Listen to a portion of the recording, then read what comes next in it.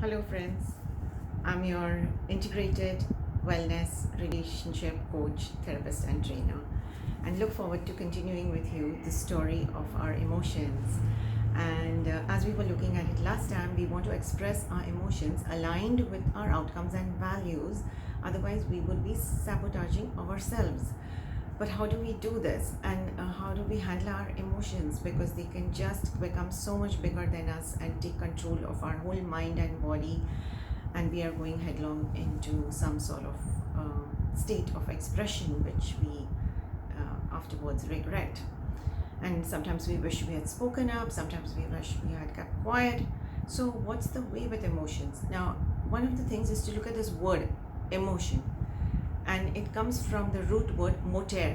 And I came across this and I thought it's very interesting, because motor means movement, and literally emotions are the energy that give us a chance for movement.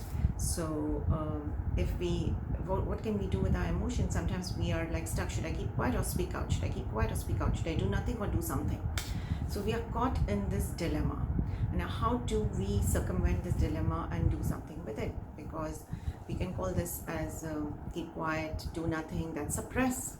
And suppress doesn't suit us, because we feel what? Let's just let the world get away, let things just be and just do nothing. And suppress also has its own story, but very often in today's positivity culture, we feel that we very quickly suppress our emotions and become positive.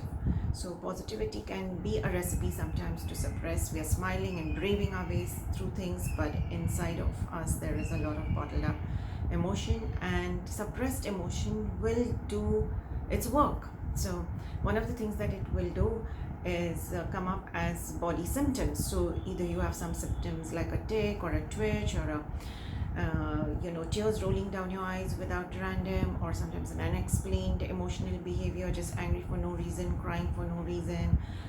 It can also come up as body illnesses, symptoms like a diabetes, thyroid, blood pressure. And many of these things can be due to suppressed emotions. And so, how do we handle this? So, one of the things, the other way of handling emotions is express. And when we express our emotions at random without a thought, I'm right, so I'm just going to say it, I'm just going to do this, and there's an impulsivity about it. We go headlong into it, and this headlong way we may sabotage ourselves, because we've expressed it in a way that we don't like later. We've offended people, and it's a recipe of becoming isolated. So on the one hand, you have suppress, and then and we think we are being positive by suppress, but we are lining up with these kind of body symptoms and losing our energy to act and move. Many times our procrastinations, our loss of motivation, it's because we have some suppressed stories, suppressed emotions. And on the other hand, if we are expressing at random, we are having these kind of situations where we cannot now rewind the clock and make it better, because we've already done some damage.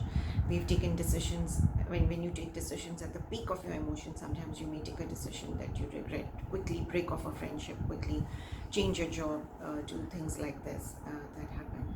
And so, of course, our delay mechanism is very important. It's not that you delay eternally, it's even if you delay sometimes for 5 minutes, 10 minutes, you are able to choose something that's better for you. Your choice comes in. Instead of the emotion driving you, you are in charge of your emotion, and then being able to do something better with it. So always give yourself that space and time to think through that what will work here, and what will be really effective here for me, what is worth my energy. See, these are some of the questions. Is it worth my energy to just speak up and rave and rant about it? Is it going to get me a result? Because anything that's not going to get you a result in terms of with your emotions is only going to make the emotion worse for you. So this is like what a monk had heard once saying, emotions, don't suppress, don't express. And that's the enigmatic way that he left it. And come to think of it, but he was saying a very deep truth. Yes, don't suppress it, because that will have consequences. And very often it's also that blow up pattern: tolerate, tolerate, tolerate, blow up. So we don't want to have body symptoms, we don't want to blow up, we don't want to have emotions coming up at random times, tears rolling down at a board meeting or something. At the same time, we don't want to have this express, which randomly express and isolate ourselves. So then what do we do instead? And that's where we comes in the method of process and then let go instead of suppress, and process and then express. So you're choosing the time, tonality, what words you want to use, which way you want to say it. Some kind of, sometimes even planning helps us. Sometimes some thought to our expression does help us.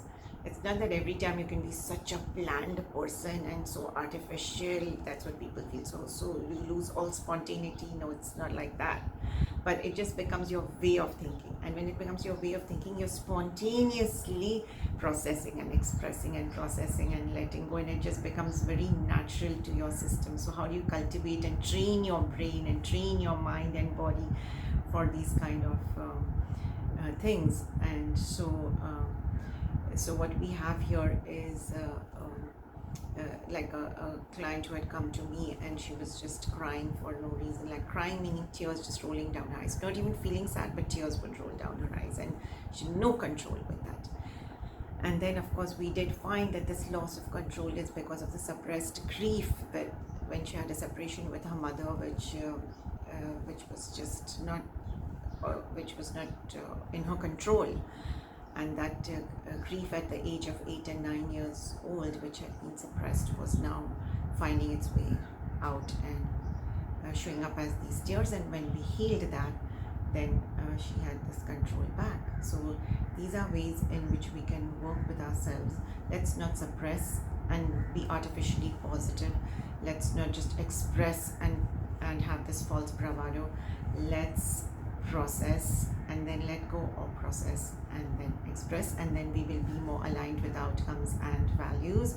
So I hope you enjoyed listening to me, and thank you for listening to me. Do like, share, and have a blessed day, have a blessed night. Look forward to seeing you again tomorrow.